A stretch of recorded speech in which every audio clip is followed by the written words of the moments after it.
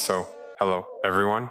Mr. President, it is an honor for us to be here because, as you saw yesterday, and I want to express to you the friendship, especially at this current stage, which is very strong between the Burkinabe and Russian peoples. I can assure you that regarding the situation Russia is currently experiencing with the special military operation, you have in any case the support of the Burkinabe people and the support of our government. Yesterday, as you mentioned, the discussions were divergent. We were able to observe the diversity, the problems of each party, as well as the needs. This morning, we will focus more on what concerns us. You have already mentioned the diplomatic aspect. It was unfortunate that the embassy was closed in '92, but I believe we have already taken the necessary steps for its reopening. This is a point I had emphasized, and we hope that it can be done as soon as possible, whether it is the embassy or the military mission. Currently, the sub-region is somewhat unsettled by everything you are aware of, namely the desire for change among various peoples. We would not say it is a desire to change partners, but rather a desire to change policies. This inevitably leads us to turn our backs on our traditional partners and to turn toward our true friends, such as Russia, who have supported us from the period of decolonization up to today.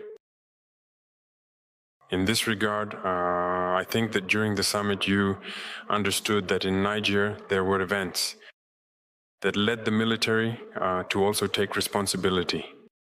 We are also following the news because it directly affects us. It affects us in the sense that yesterday, after my speech, during the break, I had discussions with some heads of state who are inclined to point the finger at us directly, accusing us of being responsible for what is happening in the sub-region. So this is also to tell you that indirectly, some people think it is the effect of Russia. And as you can see in most Western media, they continue to spread this kind of message. So this is a factor that must be taken into account in diplomacy.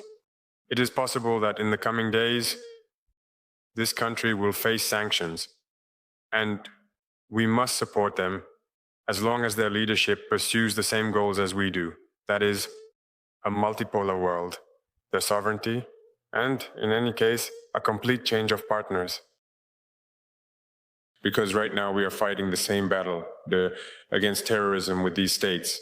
And since our partners are different, even though we are neighbors, we are unable to work together. But we haven't been able to collaborate, and we hope that with the new situation, we'll be able to support each other. There have been a lot of changes between the delegation and the sector that is from the Russian Federation. As you mentioned, trade exchanges between us are quite limited, so we hope to see them increase quickly. Even before we arrived here, an agreement was signed between a Russian company and Burkinabe entrepreneurs for the export of products such as mangoes. Previously, these were being exported. This year, we have restored the airport in the producing region, and the mangoes were being exported to Germany and the Netherlands, which then re-exported them here to Russia. So we felt it was necessary to establish this air bridge so that the next production could take place directly. In this regard, we can also, through trade, point out that we have a variety of products that could be of interest to Russia.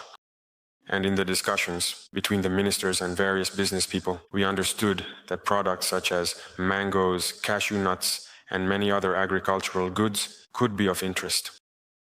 There is also the possibility of setting up some processing plants for certain products locally over there.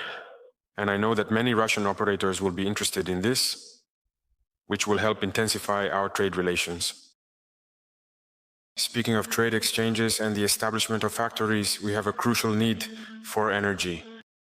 In this regard, it is therefore an important point for me because we need, if possible, to set up a nuclear power plant in Burkina to produce electricity. Our position is quite strategic because we are at the heart of West Africa, and this position means that, given the energy deficit throughout the sub-region, if a Russian private investor can set up in Burkina, they will be able to sell energy effectively to the entire sub-region.